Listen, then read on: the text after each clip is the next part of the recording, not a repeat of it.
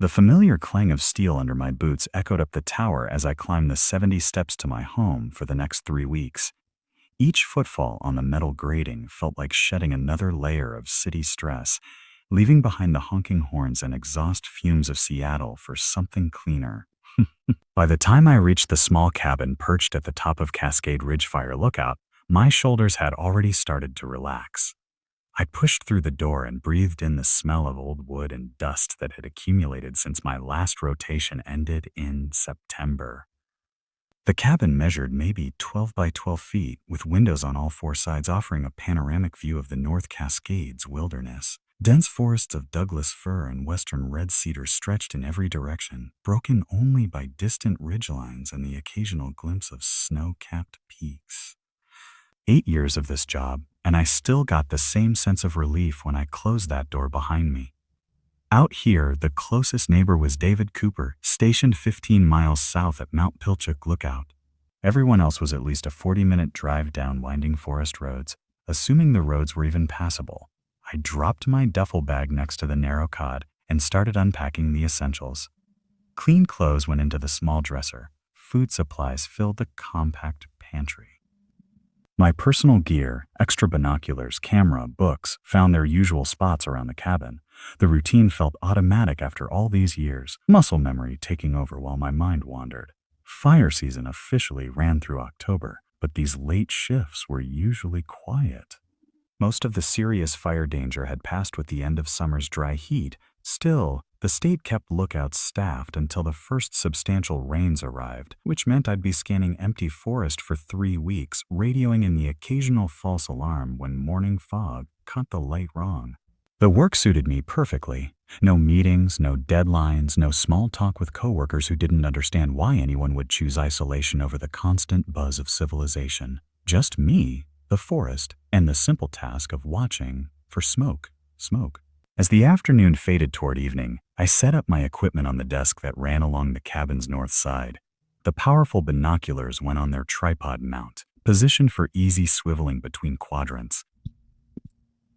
My logbook opened to a fresh page, pen ready to record anything worth noting. The radio console came alive with a burst of static as I switched it on and adjusted the antenna. I keyed the microphone and spoke into the familiar silence.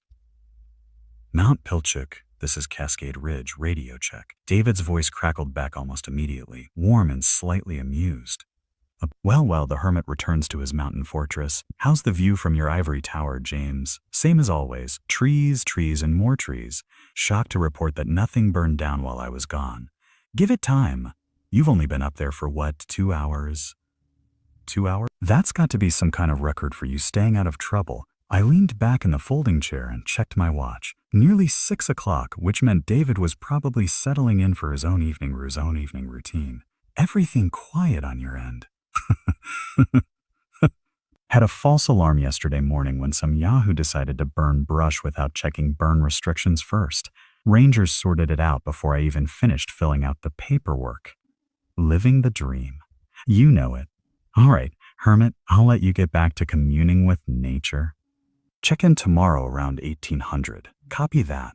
Cascade Ridge out. The radio went silent, leaving me alone with the endless expanse of forest spread out below. I pushed back from the desk and walked a slow circuit around the cabin, scanning each quadrant through the windows. Northwest. Dense old-growth forest rolling toward distant peaks. Northeast.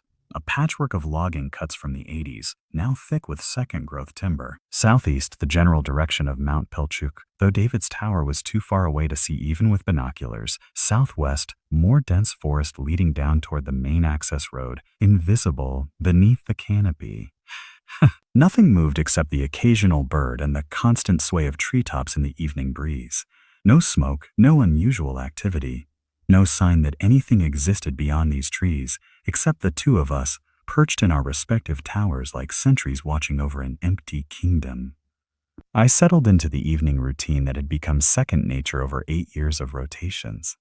Dinner from a can heated on the small propane burner.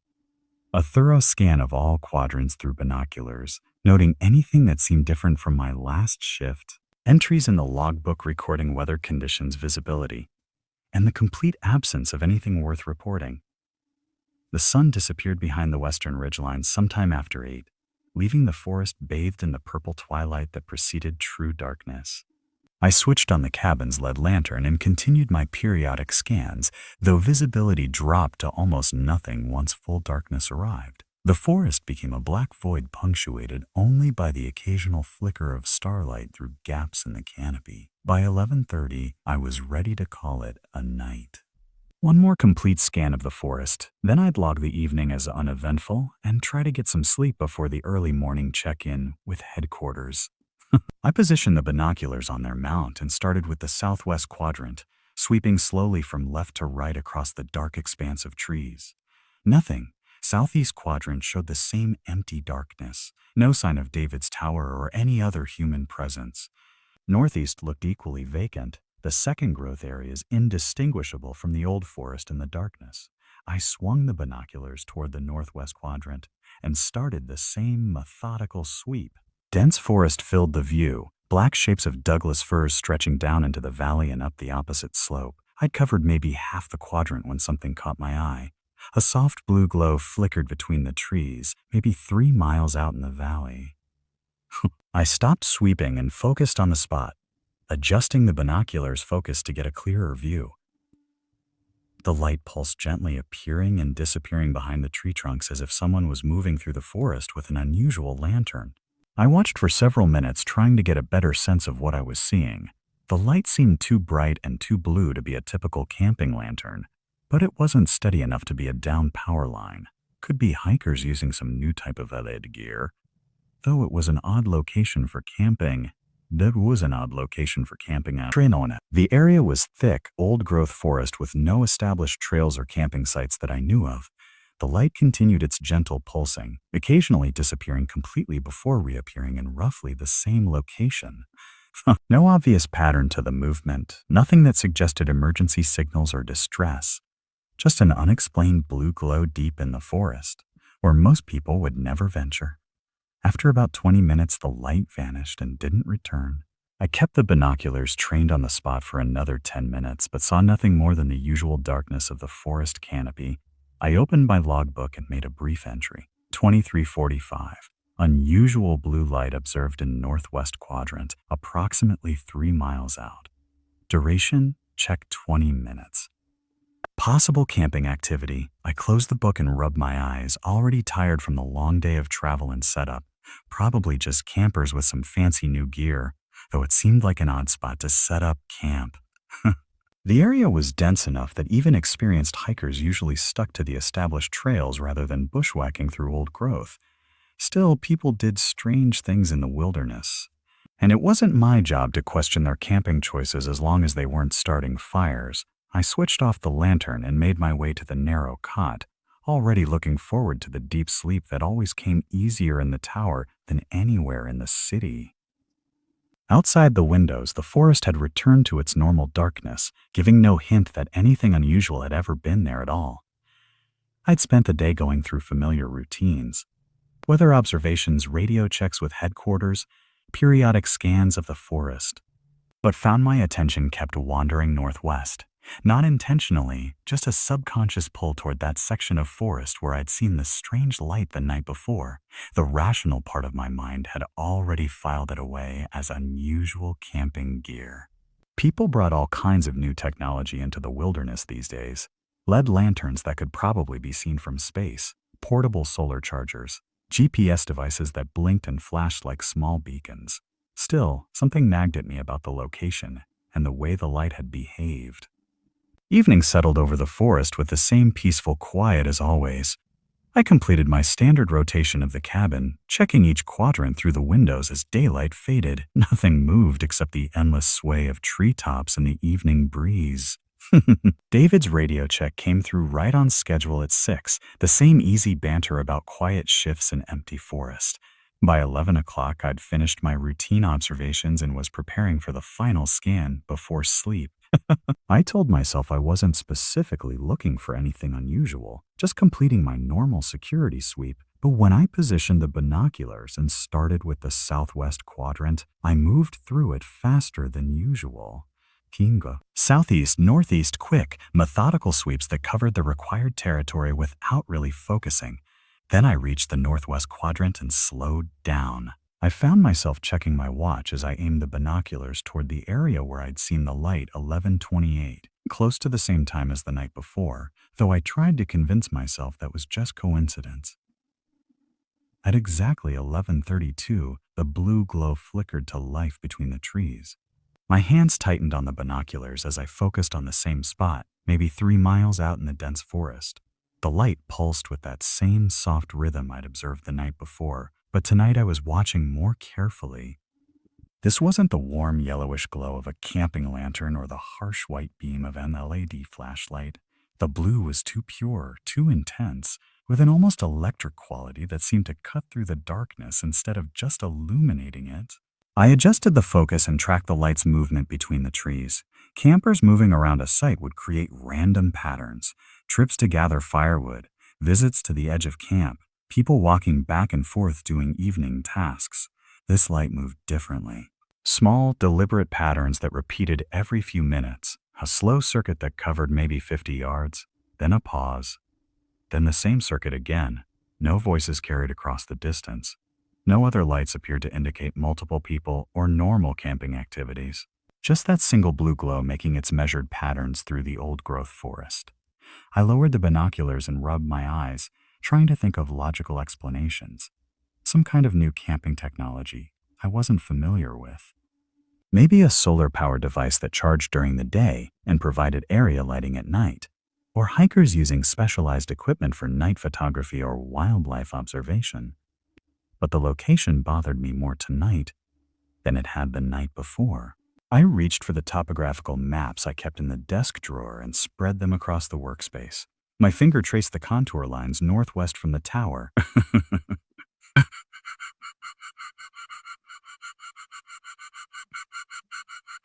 Dense old-growth forest, just like I'd thought. The kind of terrain that had never been logged because it was too steep and too remote to make economic sense. The trees there would be massive Douglas firs and western red cedars, some probably 4 or 5 feet in diameter, creating a canopy so thick that even daylight barely reached the forest floor. I traced my finger across the map looking for established trails or camping areas. The nearest marked trail was the Pacific Crest Trail, but that ran more than a mile east of where I'd seen the light. No designated camping spots, no old logging roads, no indication that anyone had any reason to be in that particular section of forest. Yet there it was, pulsing steadily through the trees like some kind of beacon. I considered keying the radio and checking with David. He'd been working these mountains longer than I had and might know about some unofficial camping spot or trail that didn't show up on the maps. But something held me back. The light wasn't creating any fire danger, wasn't threatening anyone or anything. It was just unusual. Unusual. David would probably suggest the same explanations I'd already considered, and I'd end up sounding paranoid over what was most likely nothing. The light continued its patient circuit through the forest, appearing and disappearing behind the massive tree trunks. The legacy of tree trunk. I found myself timing the pattern, roughly 4 minutes for a complete cycle, then a pause of maybe 30 seconds before starting again. Too regular for random human movement, but not mechanical enough to be some kind of automated device. I opened my logbook and wrote a more detailed entry than I'd managed the night before. Date, time, exact coordinates based on the topo map, duration of observation. I noted the light's color, intensity, and movement pattern. The absence of other typical camping indicators. The remote location and lack of trail access. As I wrote, part of my mind was already planning tomorrow's observations. If the light appeared again, I'd have 3 nights of data to compare, patterns or changes that might help explain what I was seeing. Maybe I'd even consider hiking down there during daylight hours to check the area more closely, though 3 miles through old-growth forest wasn't exactly a casual afternoon walk. The light vanished at 12:28, nearly an hour after it had first appeared. One moment it was there, making its slow circuit between the trees. And the next moment the forest had returned to normal darkness. No gradual dimming, no indication that whoever was responsible was settling down for the night. Just an abrupt end to whatever had been happening out there. I kept the binoculars trained on the spot for another 15 minutes, but nothing reappeared. The forest looked the same as it did every other night, an endless expanse of black shapes under a star-filled sky. As I prepared for sleep, I found myself glancing toward the northwest windows more often than usual, not expecting to see anything. Just checking. The kind of unconscious monitoring that had become second nature after 8 years of Firewatch extended now to include something that probably wasn't my responsibility to monitor at all. I switched off the LED lantern and made my way to the cot, but sleep came slower than usual. Why so far? Every time I started to drift off, my eyes would open and turn toward the windows facing northwest, scanning the darkness for any sign of that blue glow. The forest remained quiet and dark, giving no hint that anything unusual had ever been there at all. The third night felt different before it even began. I'd spent the day checking and rechecking my equipment, making sure the high-powered binoculars were clean and properly calibrated. My hands had been steadier during routine equipment maintenance in my early days on the job, but 8 years of Firewatch work had taught me that some situations demanded extra care. Tonight, I needed to see clearly. I'd positioned everything on the desk by 10:30, giving myself more than an hour before the light typically appeared. The powerful binoculars sat mounted on their heavy tripod, already aimed toward the northwest quadrant, where I'd now seen that blue glow 2 nights running. My logbook lay open to a fresh page, pen ready to record whatever I discovered. The topographical maps remained spread across the workspace, marked with my best estimates of the light's location. 2 nights of watching had established a pattern that felt too consistent for random camping activity. The timing, the location, the behavior, none of it matched anything I'd seen in 8 years of Firewatch.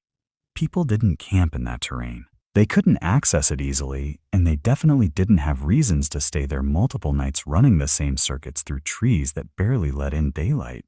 By 11:15, I had the binoculars focused on the exact spot where the light had appeared both previous nights.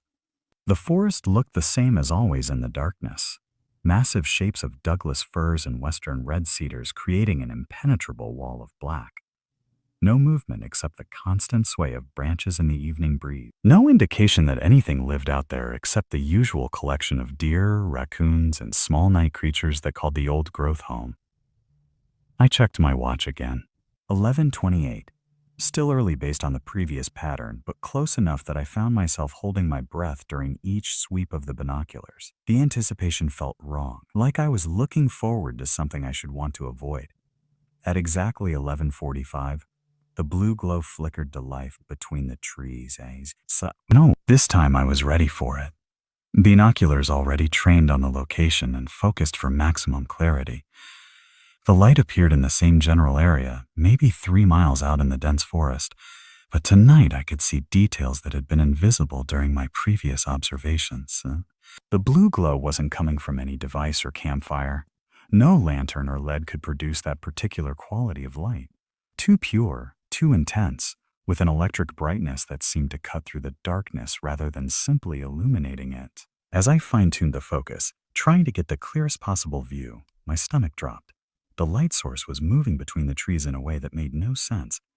I adjusted the binoculars again, tweaking the focus until the image became as sharp as the equipment allowed. What I saw made my hands start to shake on the tripod handles. The light was coming from something that looked like a tall, unnaturally thin, humanoid figure. Its limbs were elongated far beyond normal human proportions, arms that hung too long and legs that seemed to stretch impossibly as it moved through the forest. 2 bright blue points of light glowed where its eyes should be, creating the beacon I'd been tracking for 3 nights. The thing stood nearly 8 feet tall, moving through the dense old growth with a jerky, unnatural gait that reminded me of stop-motion animation. Each step looked deliberate but wrong, as if the creature was learning how to walk or operating limbs that didn't quite belong to it. The blue glow from its eyes cast enough light to silhouette the rest of its form, revealing proportions that shouldn't exist in anything that walked upright. I watched it navigate between tree trunks that should have been impossible to pass through for something that size. The Douglas firs in that section of forest grew 4 and 5 feet in diameter, creating natural barriers that would force normal hikers to take wide detours. But this thing moved in straight lines, somehow fitting through gaps that looked too narrow even from 3 miles away. The most horrifying part wasn't its size or its impossible movement through the trees. It was the way it suddenly stopped moving and turned directly toward my tower. Despite the distance, 3 miles of dense forest and elevation changes, I felt absolutely certain the thing was looking straight at me. The sensation was like being examined by something that understood exactly what it was seeing. Even though logic insisted that was impossible, I lowered the binoculars for a moment, my heart hammering against my ribs hard enough that I could feel the pulse in my throat. The rational part of my mind tried to offer explanations, trick of light and shadow, some kind of optical illusion created by looking through high-powered lenses at unusual angles.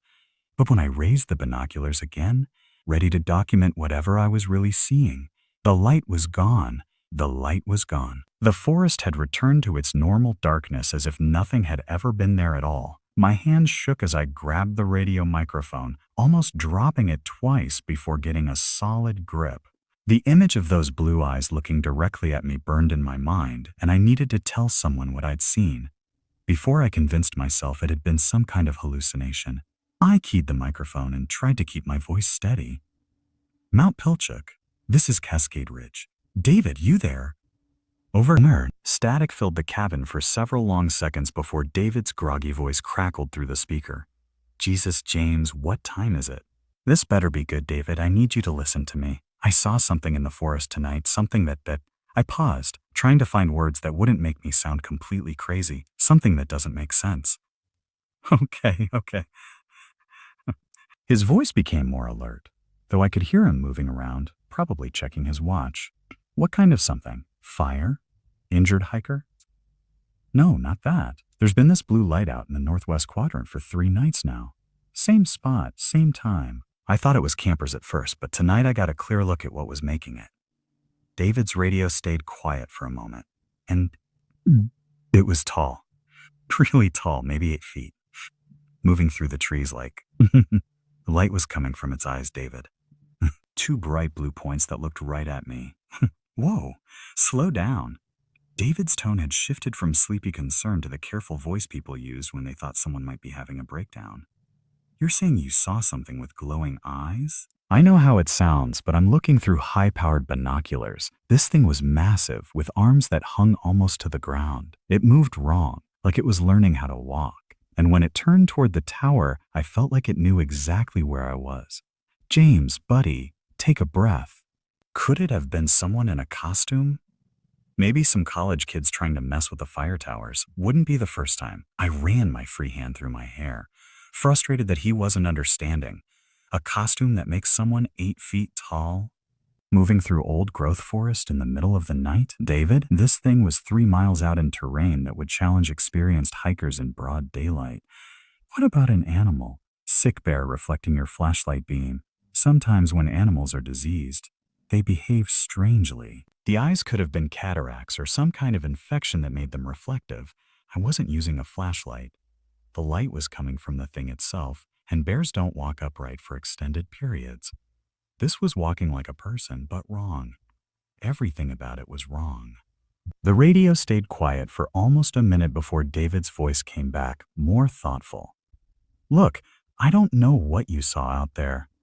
Could be a lot of things, but if there's someone or something moving around in that area, I'll keep an eye out on my end. Maybe check with the rangers tomorrow about any unusual reports.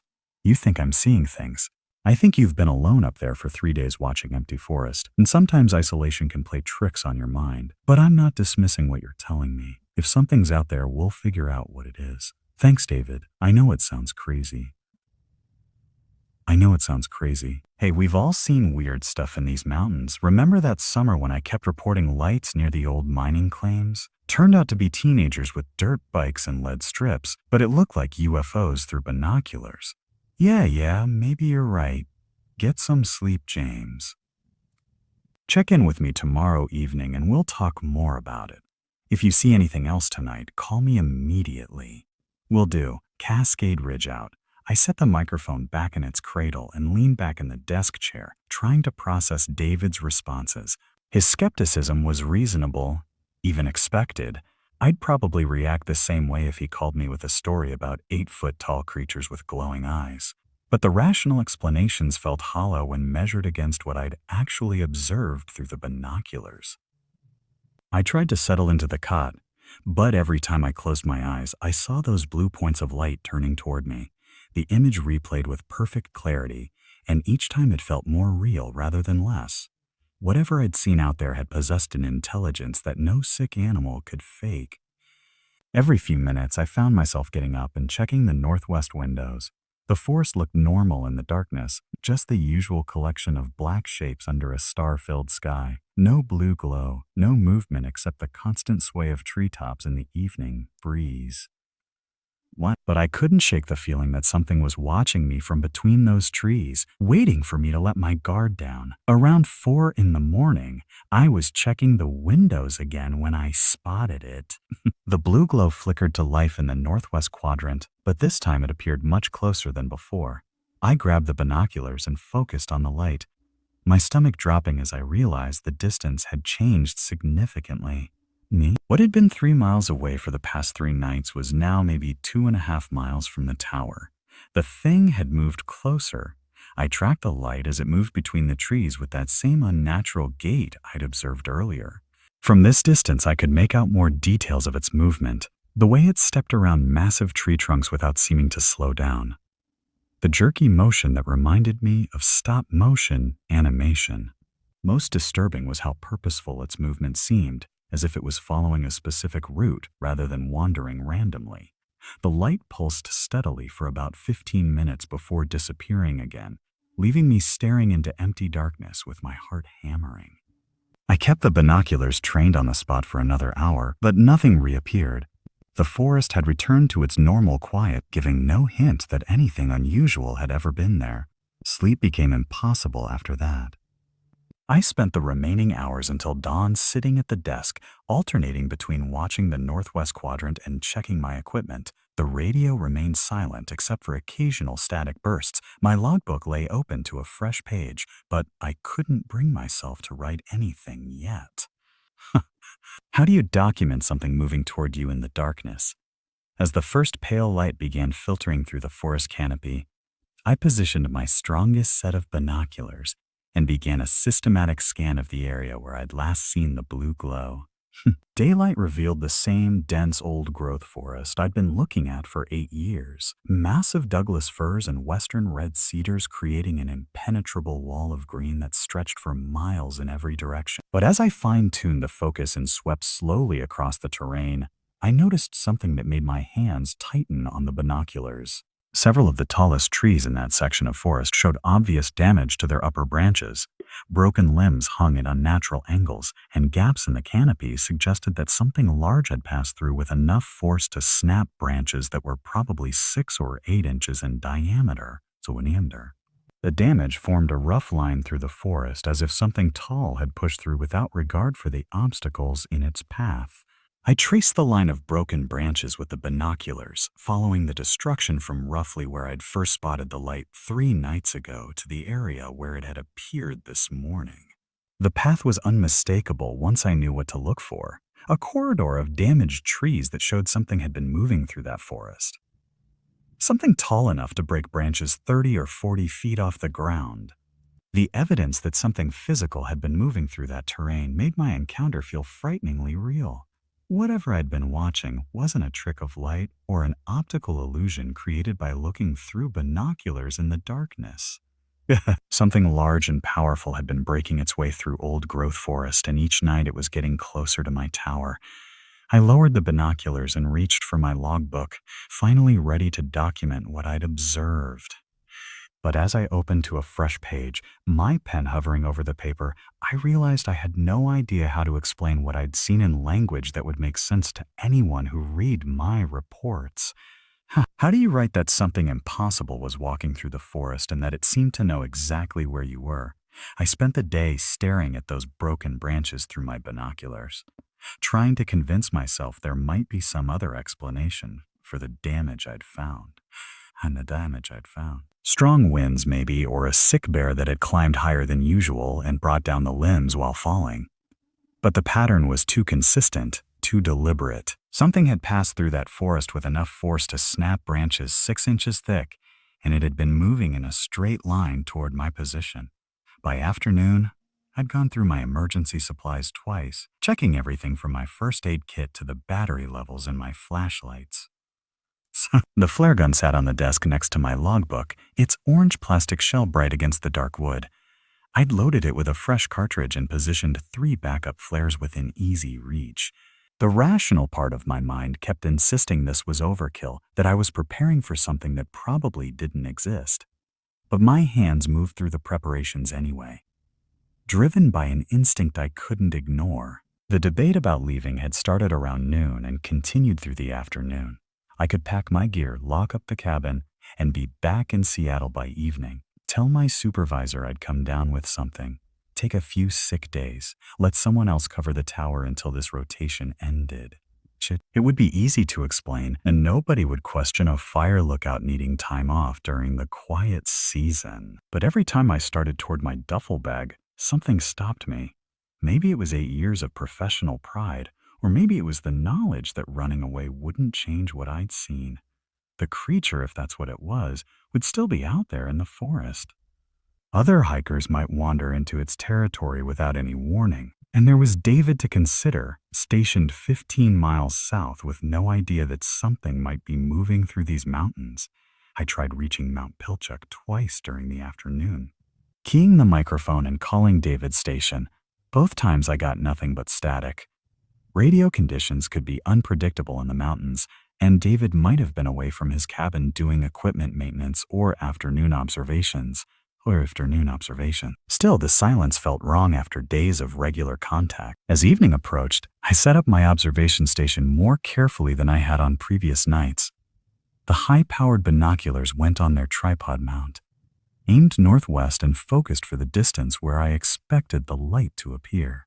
I positioned my backup pair of binoculars on the desk next to my logbook, along with a small LED flashlight covered with red tape to preserve my night vision.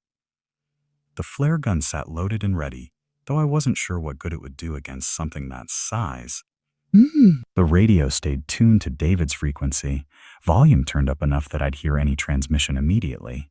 Every few minutes I found myself glancing at the speaker, hoping for the familiar crackle of his voice checking in with an evening report. But the radio remained silent except for occasional bursts of atmospheric static. Darkness settled over the forest earlier than usual, thick clouds blocking most of the starlight and making the tree line blend into a solid wall of black. I completed my standard rotation around the cabin, checking each quadrant through the windows, but visibility was poor enough that I could barely make out the nearest ridgeline. The northwest quadrant looked like a void, offering no hint of what might be moving through those trees. By 10 o'clock, I had everything ready and positioned myself at the desk with the binoculars trained on the area where the light typically appeared. My logbook lay open to a fresh page, pen ready to record whatever I observed. Previous night's entries filled 3 pages with detailed descriptions of timing, location, and behavior patterns. Tonight's observations would either confirm my fears or prove that whatever was out there had moved on to some other part of the forest. At exactly 10:15, the blue glow flickered to life between the trees. My stomach dropped as I focused the binoculars and realized how much closer it had come. The distance that had been 3 miles on the first night, then roughly 2.5 miles the previous evening, was now clearly less than 2 miles. The light appeared brighter and more distinct, no longer requiring careful adjustment of the binoculars to bring into focus. Through the high-powered lenses, I could see details of the creature that had been invisible from greater distances. Its proportions looked even more wrong up close. The arms hung almost to the ground, too long for any normal humanoid form, ending in hands that seemed oversized even for limbs that length. Its head appeared small relative to the rest of its body, giving it an insect-like quality that made my skin crawl. The thing moved through the forest with that same jerky, unnatural gait I'd observed before, but from this distance I could see the deliberate nature of its movement more clearly. It wasn't wandering randomly through the trees. The creature was following a specific path, navigating around the massive Douglas firs and western red cedars with purpose and direction. Each step looked calculated, as if it knew exactly where it wanted to go. Most disturbing was how it occasionally stopped moving and turned directly toward my tower. During these pauses, the blue glow from its eyes seemed to intensify, casting enough light to illuminate the ground around it and create eerie shadows among the tree trunks. The sensation of being watched and acknowledged was overwhelming, even across nearly 2 miles of dense forest. Whatever this thing was, it knew I was up here observing it. I lowered the binoculars and tried the radio again, keying the microphone with hands that shook slightly. Mount Pilchuck, this is Cascade Ridge. David, are you there? I really need to talk to you, over. Static filled the cabin for 30 seconds before I tried again. David, this is James. Please respond if you're receiving this. It's important. Over. Nothing but empty static. Either David's radio was malfunctioning or he'd left his tower for some reason. The isolation hit me like a physical weight. The realization that I was completely alone up here, with no way to contact the outside world. My cell phone had no signal this deep in the mountains. And the radio to headquarters only worked during business hours unless there was an actual emergency to report. But what kind of emergency was this? I could imagine the conversation with dispatch. There's a creature with glowing eyes walking through the forest toward my position. They'd probably send a psychiatric evaluation team instead of backup. I raised the binoculars again and tracked the creature as it continued moving through the trees. Its path was taking it roughly in my direction, though not in a straight line.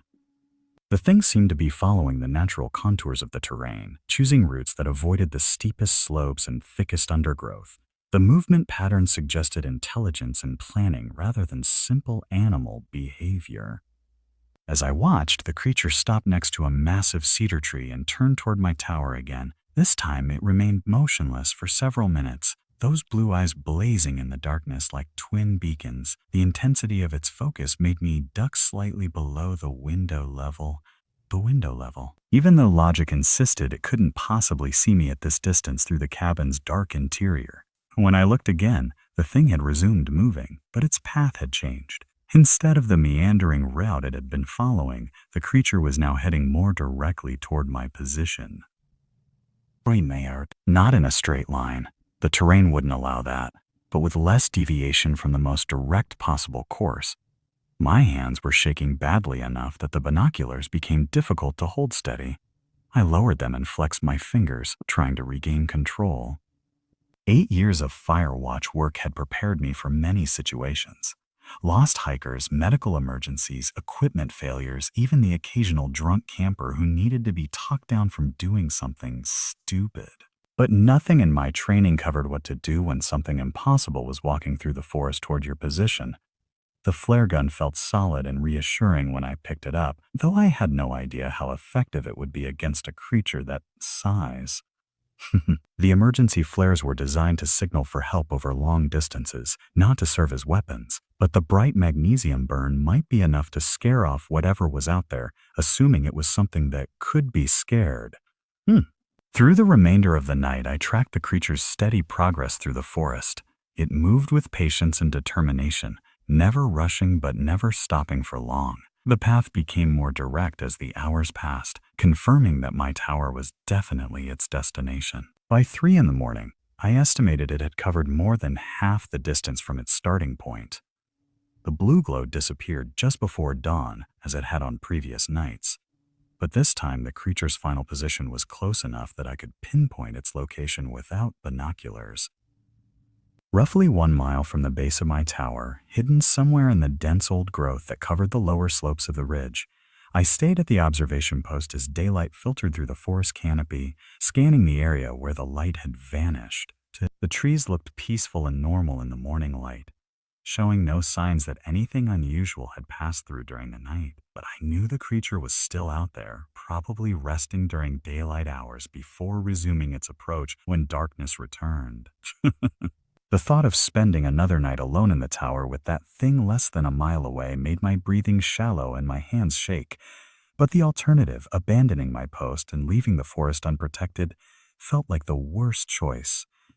The afternoon stretched endlessly as I waited for darkness, dreading what I might see but unable to stop myself from preparing for it. I loaded the flare gun with a fresh cartridge and positioned 3 backup flares on the desk within easy reach. The bright orange cylinders looked inadequate against what I'd observed through the binoculars, but they were the only weapons available. Emergency flares burned at nearly 2,000 degrees and produced blinding light that might be enough to scare off anything that relied on night vision. I arranged the flares around the cabin in strategic locations, placing one near each window and keeping the loaded flare gun on the desk next to my observation equipment. The preparations felt both necessary and futile, like building a sandcastle against an incoming tide. If the creature wanted to reach me, 70 feet of steel tower and a few emergency flares wouldn't stop something that could break 6-inch tree branches without slowing down. As evening approached, I positioned myself at the northwest window with the binoculars already focused on the tree line below. Kiwis on the tree line below. The forest looked peaceful in the fading light, just the usual collection of massive Douglas firs and western red cedars, swaying gently in the evening breeze, no movement beyond the occasional bird or small animal rustling through the undergrowth. Nothing to suggest that anything dangerous lurked in those shadows. Darkness settled over the mountains earlier than usual, thick clouds blocking most of the starlight and reducing visibility to barely 50 yards.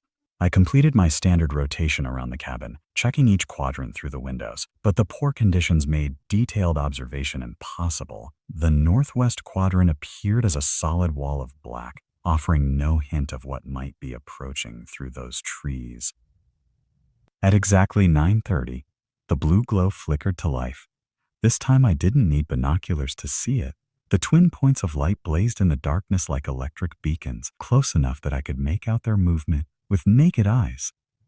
My stomach dropped as I realized the creature had covered the remaining distance during the day, positioning itself somewhere in the forest, directly below my tower. I grabbed the high-powered binoculars and focused on the lights, my hands shaking so badly that the image jumped and wavered.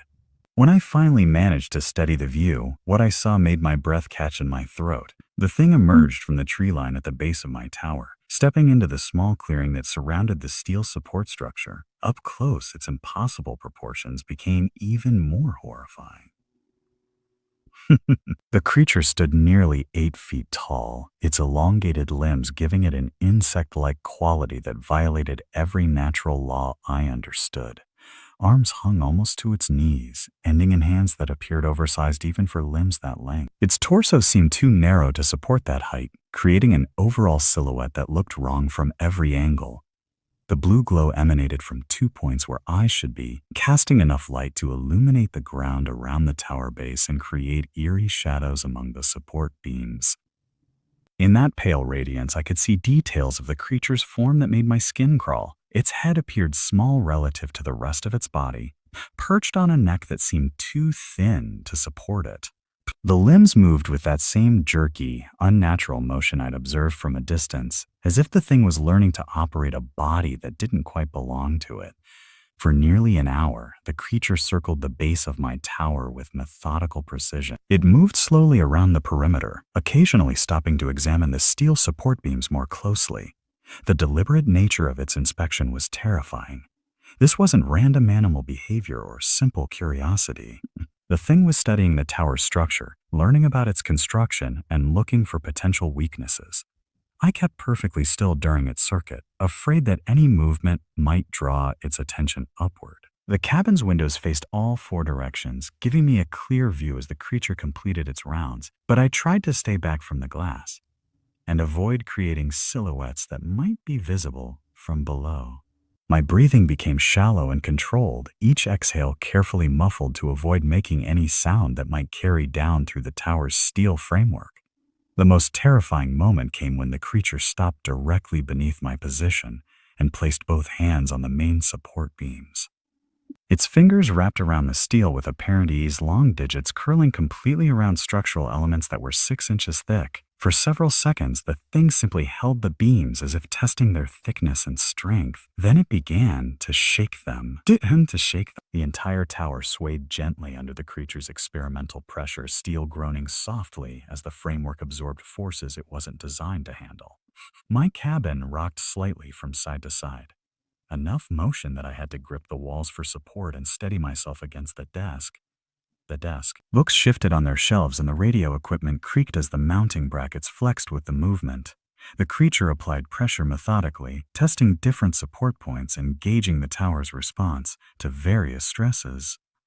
It seemed to understand exactly what it was doing, as if it possessed engineering knowledge about structural weak points and load-bearing capacity. Each test lasted only a few seconds, but the cumulative effect made the entire tower feel unstable and vulnerable. I watched through the window as the thing completed its evaluation, stepping back from the support beams and tilting its head upward. Those blue eyes blazed in the darkness like twin searchlights, their intensity so bright that I ducked reflexively below the window frame. The sensation of being observed and analyzed was overwhelming, even more powerful than when I'd watched it from miles away through binoculars. For what felt like an eternity, but was probably only a few minutes, the creature stood motionless beneath my tower, staring up at the cabin with unwavering focus. I could feel its attention like a physical weight, pressing down on me from below with an intelligence that was definitely not animal. Whatever this thing was, it knew I was up here. It understood that I'd been watching it for days, tracking its progress through the forest. Most disturbing of all, it seemed to be planning something. Just before dawn, the creature moved back toward the tree line with the same deliberate pace it had maintained throughout its inspection. But instead of disappearing immediately into the forest, it stopped at the edge of the clearing and turned back toward my tower one final time. Those blue eyes fixed on my window with laser-like intensity, holding my location for several long minutes before the thing finally stepped backward into the shadows and vanished. I remained frozen at the observation post long after the creature had gone, staring down at the empty clearing where it had conducted its methodical examination of my tower's defenses. The steel support beams looked normal in the pale morning light, showing no obvious damage from the creature's testing. But I could still feel the memory of that gentle swaying motion. The sense that my refuge had been found inadequate for whatever the thing was planning. The radio remained silent on David's frequency, and I didn't bother trying to contact him with another report that would only convince him further that I'd lost my mind.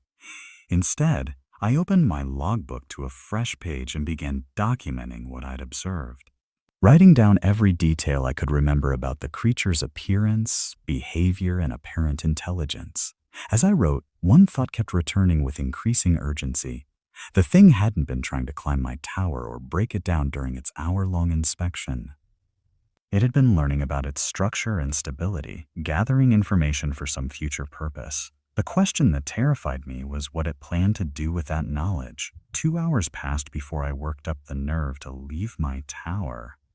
The creature had vanished with the first rays of sunlight, melting back into the forest shadows like it had never existed. I checked and rechecked my equipment before making the descent. The flare gun went into my jacket pocket, loaded and ready, with 2 backup flares secured in my belt pack. My radio clipped to my vest, volume turned high enough that I'd hear any incoming transmissions immediately.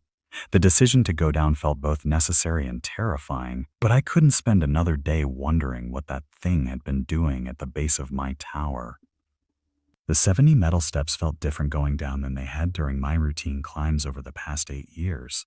Each footfall rang hollow against the steel framework, the sound carrying further than I wanted through the quiet morning air.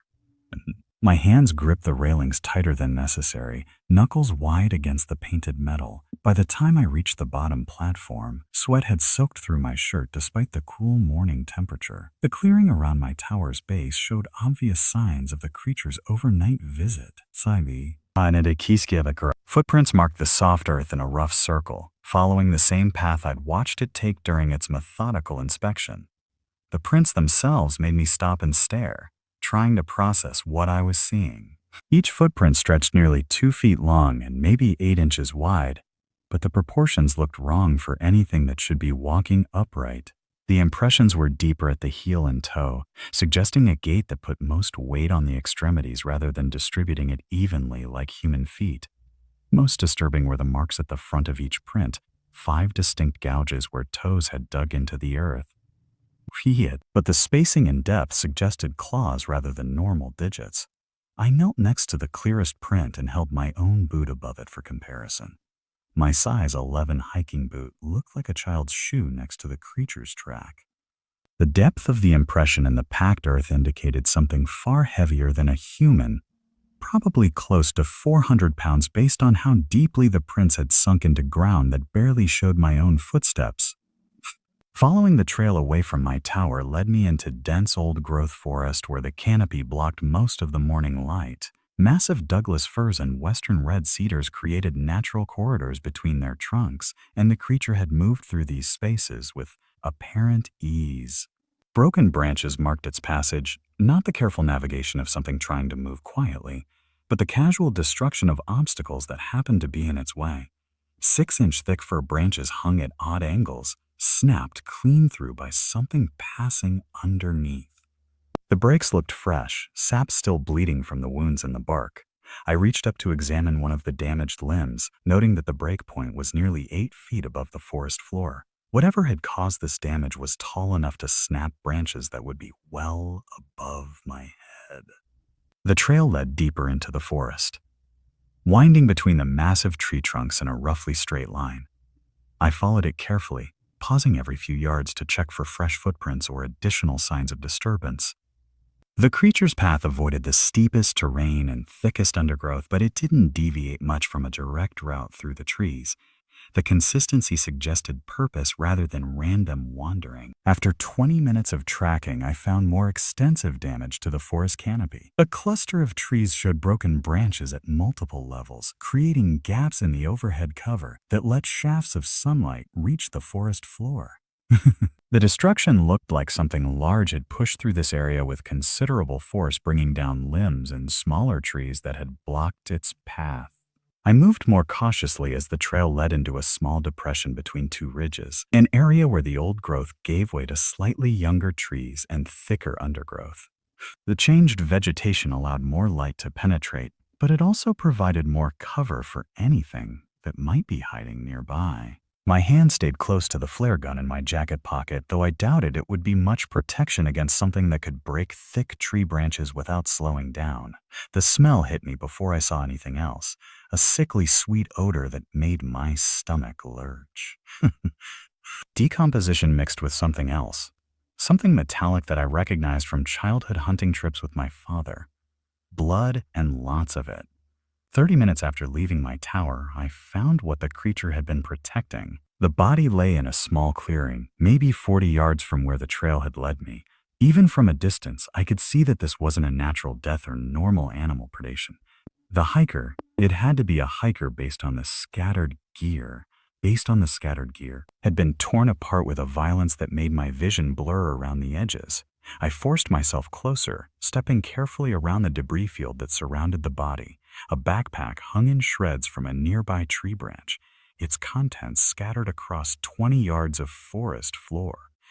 Clothing, food packages, camping gear, and personal items created a chaotic spread that suggested the attack had been both frenzied and thorough. The victim appeared to be male, probably in his 30s based on the clothing and gear visible among the scattered remains. His hiking boots sat neatly together against a fallen log, almost like he'd taken them off to rest. But everything else about the scene screamed violence and terror. Deep gouges in the nearby trees marked where claws had raked the bark, some cuts reaching 8 feet above ground. The pattern suggested the creature had used the trees for leverage during its attack, or maybe the victim had tried to climb to safety before being pulled down. Chunks of bark littered the ground beneath the damaged trees, mixed with torn fabric and other debris. I couldn't bring myself to examine the body closely, but even from several yards away I could see evidence of massive trauma, the kind of injuries that would require incredible strength to inflict, far beyond what any normal predator could manage. This wasn't a bear attack or mountain lion kill. This was something else entirely. The worst part was realizing how long this person had been here. The decomposition and scattered condition of the remains suggested days, maybe a week. While I'd been watching that blue light moving through the forest, thinking it might be campers with unusual equipment, this hiker had already been dead. The creature hadn't been exploring or hunting. It had been guarding its kill. Guilt crashed over me like a physical blow. If I'd investigated sooner, if I'd trusted my instincts instead of looking for rational explanations, maybe this person would still be alive. I'd had 3 nights to act, 3 opportunities to radio for help or hike down, to check on what I'd been observing. No. Instead, I'd convinced myself it was probably nothing serious, while someone died less than 3 miles from my tower. My hands shook as I reached for the radio clipped to my vest. This couldn't wait for evening check-ins or normal protocols. The rangers needed to know about this immediately, and they needed to mount a search for whatever had killed this hiker.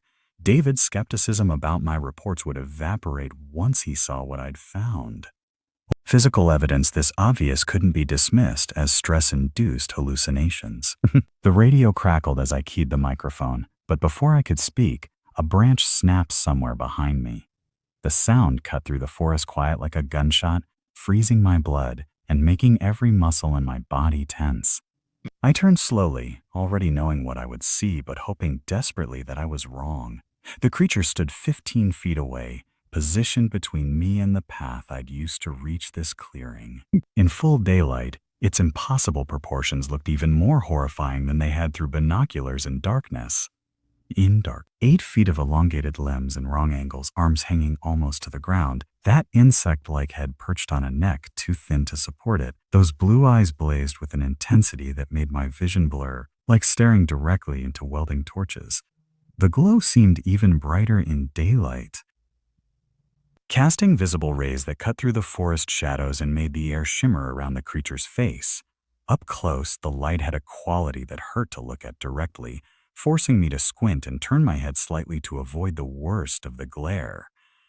The thing didn't move immediately, just stood there watching me with that unwavering focus I'd felt from miles away. Its presence filled the clearing with a wrongness that made my skin crawl and my breathing shallow.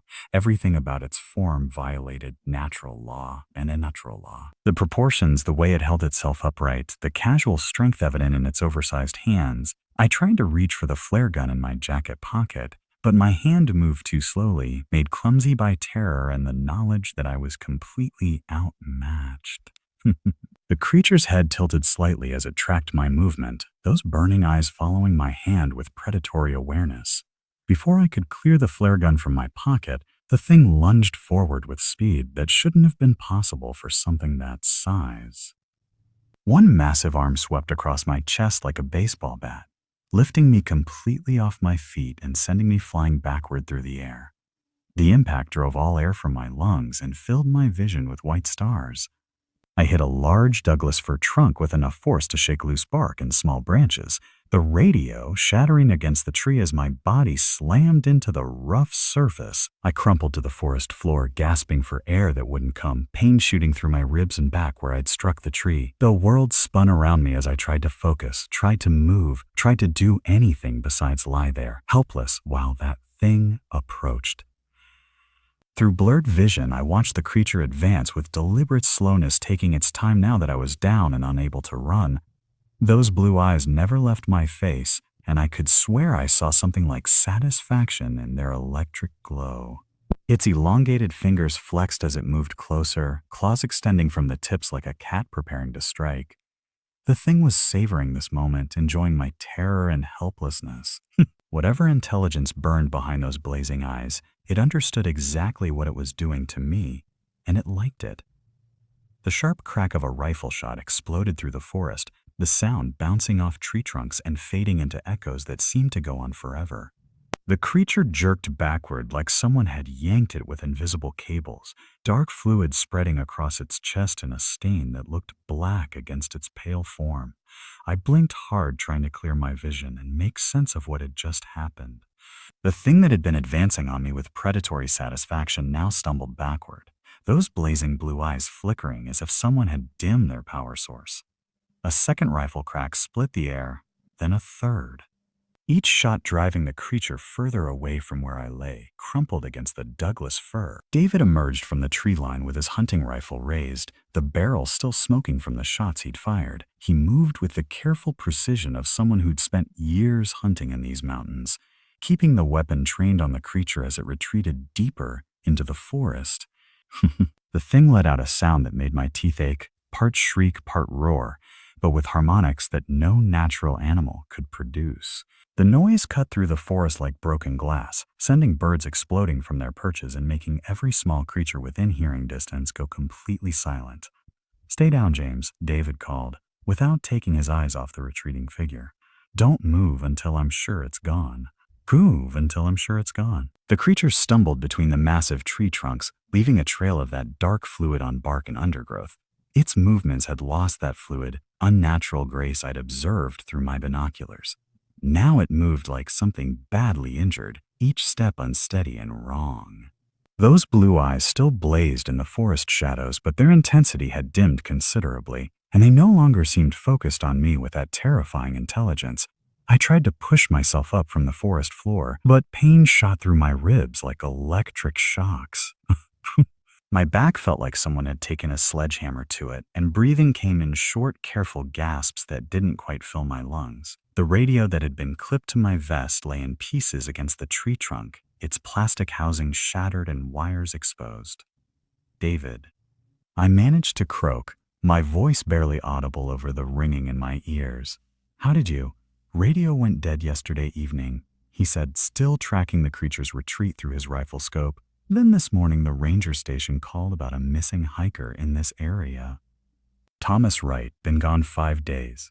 When I couldn't raise you on the radio, I figured I'd better drive over and check things out." The creature had vanished completely into the deep forest, but David kept his rifle ready for another full minute before finally lowering the barrel. He moved toward me carefully, scanning the tree line for any sign of movement while keeping one hand on his weapon. "Jesus, James, what the hell did that thing do to you?" David knelt beside me and helped me sit up against the tree trunk, his hands gentle but efficient as he checked for obvious injuries. My shirt had torn during the impact, and I could feel blood seeping from scrapes where the rough bark had gouged my back. Everything hurt, but nothing felt broken beyond repair. "Through me," I said, accepting David's help to get to my feet. "Hit me like a freight train and sent me flying." "That was no bear," David said flatly, looking toward where the creature had disappeared. "I've seen plenty of bears, shot a few when they got too aggressive around the lookouts. Never seen anything move like that thing did." My legs felt unsteady, but David's grip on my arm kept me upright as we both stared at the forest where the creature had vanished. Dark spots on the ground marked where its blood had dripped, creating a trail that led deeper into the old growth. The fluid looked wrong somehow, too dark and thick to be normal blood. "You believe me now," I said, and it wasn't a question. Hard to argue with something that tries to rip your head off or grip your head off. David adjusted his grip on the rifle and looked around the clearing with new awareness. "Show me what you found." "The body." I led him to where the hiker's remains lay scattered among the debris of camping gear and torn clothing. David's face went pale as he took in the extent of the violence, the deep claw marks in nearby trees, the way the victim had been torn apart with inhuman strength. "Thomas Wright," David said quietly, reading information from a scattered driver's license. 34 years old, address in Everett, reported missing 5 days ago when he didn't return from a solo backpacking trip. David examined the scene with the methodical attention of someone who'd worked search and rescue operations before. He photographed everything with his phone camera, documented the scattered gear, and noted details about the attack patterns without disturbing evidence more than necessary. "This explains the patrol request from the rangers," he said, kneeling near the backpack remains. "They've been searching the main trails and established camping areas. Never would have found him out here." I explained everything while David documented the scene.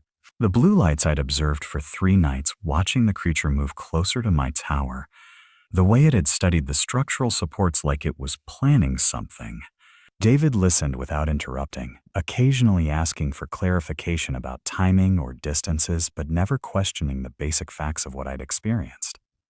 "That thing was intelligent," I told him as we stood at the edge of the debris field. Not just animal smart, it knew I was watching it, knew where my tower was located, understood how to test the support beams for weak points. When it looked at me, could tell it was thinking, planning. "I believe you," David said, checking his rifle to make sure it was still loaded. What I saw moving through those trees wasn't natural. The way it covered ground, the size of it, that sound it made when I shot it. Nothing in these mountains moves like that. David's radio had survived better than mine, and he used it to contact the ranger station with news about finding Thomas Wright's body. Within 20 minutes, the forest filled with voices as search and rescue teams, park rangers, and police investigators converged on our location. Helicopters circled overhead, looking for landing zones in the dense canopy, while ground teams hiked in from established trail access points. The next several hours passed in a blur of official interviews and evidence, documentation. I gave my statement to 3 different people: a park ranger, a county sheriff's deputy, and a state police investigator. Each time I told the same story about observing unusual lights, tracking movement through the forest, and being attacked by something that wasn't any known animal species. The officials maintained professional courtesy while taking my statement, but I could see doubt creeping into their expressions when I described the creature's impossible proportions and obvious intelligence. They documented my injuries, photographed the claw marks on nearby trees, and made detailed notes about the victim's condition. But the creature itself had vanished without leaving conclusive evidence of its existence. "Mr. Patterson," the state investigator said after my 3rd interview, "you've been through significant trauma. Physical injuries aside, witnessing a scene like this can have lasting psychological effects. Are you receiving any counseling or medical attention for what you've experienced?" Question carried implications that made my stomach tighten. They were already building a narrative about stress-induced hallucinations and trauma responses, looking for ways to explain away the parts of my story that didn't fit their understanding of normal predator behavior. David corroborated everything I told them, including his own sighting of the creature during the attack. His statement carried more weight with the officials. He hadn't been isolated for days, hadn't reported previous unusual sightings, and had approached the situation from outside rather than being personally involved from the beginning. "I saw something attacking James," David told the investigators. "Something big, upright, moving wrong. I shot it 3 times center mass and it ran off making sounds no bear or mountain lion could make. Whatever killed this hiker, it's still out there." The search teams found the trail of dark fluid leading away from the clearing, but it disappeared after a few hundred yards where the ground became too rocky to hold prints or blood. Dogs brought in from the sheriff's department lost the scent at a creek crossing, and aerial searches revealed no signs of movement in the surrounding forest.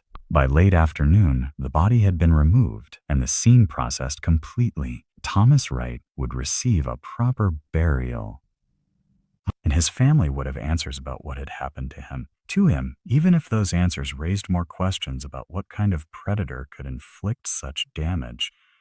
My supervisor arrived with the last wave of officials, a practical woman named Sandra who'd managed fire lookout operations for 15 years. She examined my injuries and listened to abbreviated versions of the morning's events from both me and David. "James," she said after reviewing the official reports of isolation. "You've been through hell. The department is recommending administrative leave while you recover from this incident. Full pay, medical coverage, whatever counseling you need. Take as much time as necessary."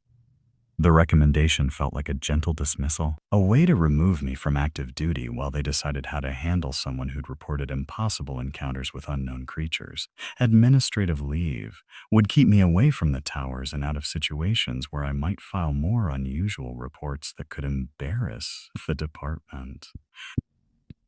"I'm fine to continue my rotation," I said, though even as the words came out I wasn't sure I meant them. "This thing is still out there. Someone needs to keep watching for it. The rangers will increase patrols in this area." Sandra replied, "We'll have extra personnel monitoring radio traffic and conducting regular welfare checks on all lookout stations. You've done your job, James. You found the victim and reported the threat. Let other people handle it from here." Shun. David walked me back to my tower as the last of the officials packed up their equipment and prepared to leave the forest. The creature's blood had dried on bark and undergrowth, leaving dark stains that would probably remain visible for weeks. Deep gouges in tree trunks marked where claws had raked the wood, scars that would last for years. "You gonna take the leave?" David asked as we climbed the 70 metal steps to my cabin. "Don't know yet," I admitted. "Part of me wants to get as far away from here as possible. But part of me thinks someone needs to keep watching, keep documenting what happens next. That thing took 3 rifle shots and kept moving," David said. "I've dropped elk with less than that. Whatever it was, it's tough as hell and probably not real happy about getting shot." David helped me secure my equipment and pack essential gear before heading back to his own station. The forest had returned to its normal afternoon quiet, just the usual sounds of birds and small animals going about their business. No sign remained of the morning's violence except for those dark stains and claw marks that the investigators had photographed and measured. As evening approached, I found myself at the northwest window with my binoculars, scanning the tree line where the creature had disappeared hours earlier. The forest looked peaceful and empty, just dense old growth swaying in the evening breeze. Nothing moved between the massive trunks except shadows and occasional wildlife. But I couldn't shake the feeling that somewhere in those trees, something was watching me back. I sat at my desk arranging my logbook and equipment for what felt like the 100th time in 4 days. 3 weeks away from the tower had left me restless and jumpy, unable to settle into the routines that had sustained me through 8 years of fire watch duty. And Kadasa, every small sound made me look up from whatever task I was pretending to focus on, and I'd caught myself checking the northwest windows more often than any professional observer should need to. The decision to return hadn't been easy. Sandra had made it clear that my administrative leave could stretch as long as necessary, with full pay and benefits while I processed the traumatic events I'd experienced. The department psychologist had recommended at least 2 more weeks of counseling before considering a return to isolated duty. David had called twice to suggest I take a different assignment. Maybe something closer to civilization where backup was measured in minutes rather than hours. But I couldn't let fear end a career I'd built over nearly a decade. The mountains had been my refuge from the chaos of urban life, and I wasn't ready to give that up because of one encounter with something that defied explanation. Whatever had killed Thomas Wright was still out there, probably somewhere in the vast wilderness that stretched for hundreds of miles in every direction.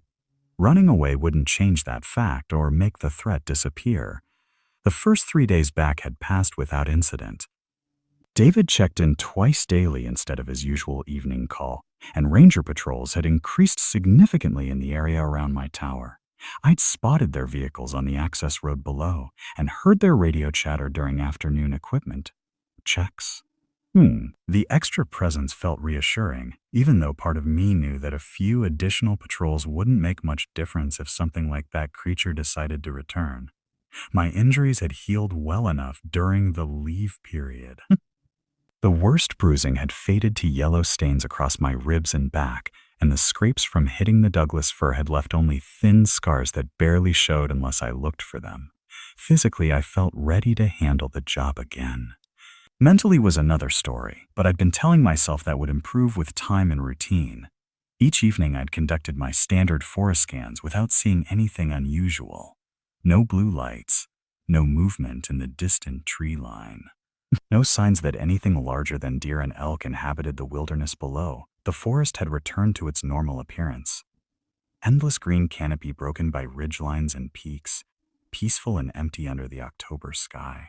I'd almost convinced myself that David's rifle shots had either killed the creature or driven it far enough away that it wouldn't return to this area.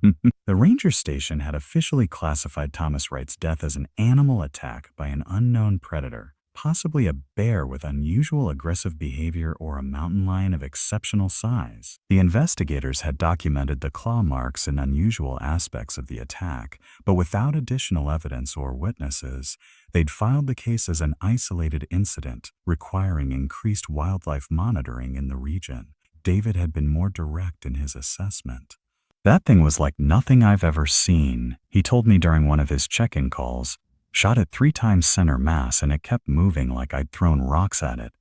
Whatever it was, it's either dead or long gone because nothing that tough would stick around after taking that kind of damage.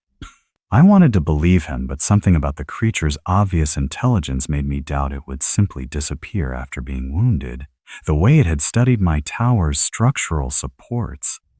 The methodical manner in which it had circled the base, the clear awareness it had shown when looking directly at my observation post. None of that suggested an animal that would flee and never return. It suggested something that would remember, learn, and possibly plan. The radio equipment had been upgraded during my absence, replaced with more powerful units that could reach the ranger station directly rather than relying on relay through other lookout towers. Emergency protocols had been updated to require immediate contact with headquarters for any unusual wildlife sightings, and I'd been issued a satellite phone as backup communication in case the main radio failed. Evening approached with the same routine I'd followed for thousands of nights over the past 8 years. I moved around the cabin, checking each quadrant through the windows, noting weather conditions and visibility in my logbook, preparing equipment for the final scan before settling in for the night. The forest stretched away in all directions, just dark green shapes under a clear sky that promised good visibility after sunset. My binoculars sat mounted on their tripod, positioned for easy access to any quadrant that might need closer examination. The new radio hummed quietly on standby, volume adjusted to catch any incoming transmissions immediately. Everything felt normal and professional, just another evening of routine observation and one of the most peaceful assignments in the fire service. At exactly 9:45, I positioned myself at the northwest window and began my systematic scan of the forest below. The area looked the same as it had for the past 3 nights. Dense old growth extending as far as my equipment could resolve, broken only by the occasional ridge or clearing that provided reference points for distance estimation. Nothing moved except the usual evening breeze shifting through the canopy. I almost missed it at first, just a faint flicker at the edge of my vision, while I swept the binoculars across the familiar terrain. When I swung back to check, my stomach dropped, as if I'd stepped off a cliff. A blue glow pulsed between the trees in the same general area where I'd first spotted the creature 3 weeks earlier. The twin points of light blazed with the same electric intensity I remembered, cutting through the forest shadows like beacons. My hands started shaking as I adjusted the focus, hoping desperately that I was seeing some kind of optical illusion or equipment malfunction. The creature stood in a small clearing roughly 3 miles northwest of my position, clearly visible through the high-powered lenses, 8 feet of impossible proportions and wrong angles, arms hanging almost to the ground. That insect-like head tilted at an angle that suggested it was scanning the surrounding forest. Those blue eyes blazed with painful intensity, casting enough light to illuminate the ground around its feet and create shadows among nearby tree trunks. All my hopes that David's shots had killed it or driven it permanently away crumbled as I watched the thing move through the trees with that same unnatural gait I remembered. Jerky, deliberate steps that covered ground too quickly for something that size, navigating around massive Douglas firs and western red cedars without slowing or changing course. But as I tracked its movement and tried to estimate its path, something else caught my attention in my peripheral vision. Sorjo. Another blue glow flickered to life roughly 50 yards from the first creature, then a third even further away. I blinked hard and refocused the binoculars, hoping I was seeing reflections or some kind of lens distortion. 3 separate sets of blue eyes blazed in the forest below, moving through the trees with obvious coordination and purpose. Not random, wandering or territorial patrol, but directed movement toward a specific destination. The creatures maintained their spacing as they navigated between tree trunks, occasionally stopping to wait for the others before continuing in the same general direction. I watched them for several minutes, trying to determine their intended path and destination. The group wasn't heading toward my tower as the original creature had done during its previous visits. Instead, they moved southeast through the forest, following terrain that would eventually lead them toward Mount Pilchuck and David's lookout station 15 miles away. My blood went cold as I realized what I was witnessing. These things hadn't returned to finish what the first one had started with me. They were moving toward David, who had shot their companion and driven it away, wounded and bleeding. Three of them working together, heading directly towards someone who had no idea they were coming. I dropped the binoculars and lunged for the radio, my hands fumbling with the microphone as panic made my fingers clumsy. David needed to know about this immediately. He needed time to prepare, to contact the rangers, to get back up or evacuation before those things reached his tower. Mount Pilchuk, this is Cascade Ridge, I said into the microphone, my voice cracking with urgency. David, respond immediately. Emergency traffic. But as I keyed the microphone and spoke David's call sign, movement in my peripheral vision made me look back toward the northwest window. What I saw made the words die in my throat and my grip loosen on the radio handset. All three creatures had stopped moving. Three sets of blazing blue eyes had turned away from their southeastern path and now focused directly on my tower with laser-like intensity. Despite the distance, nearly 3 miles of dense forest, I felt their attention like a physical weight. The same overwhelming sensation of being examined and evaluated that I'd experienced during my previous encounters. They knew exactly what I was doing. They understood that I was trying to warn their intended target, and they were watching me with the patient intelligence of predators who had learned from previous mistakes. The microphone hung in my trembling hand as those 6 points of blue light burned through the darkness between us. And I realized with horrible certainty that this time they had planned ahead.